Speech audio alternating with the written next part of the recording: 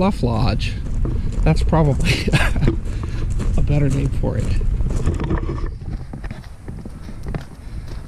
The pedal's very fluffy. It's not a Porsche. I think that's the nicest way I can describe it.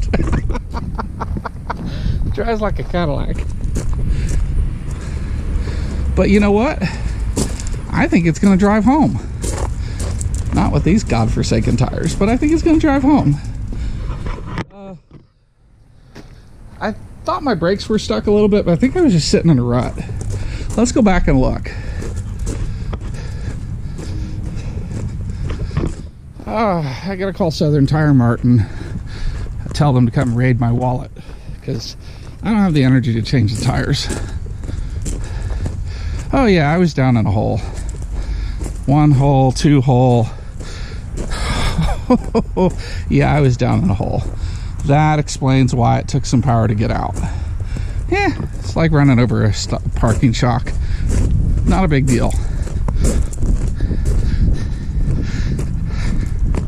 I don't know that I'd say the old bird could fly, but it could certainly waddle. Thanks for watching. I hope you guys enjoyed that as much as I did.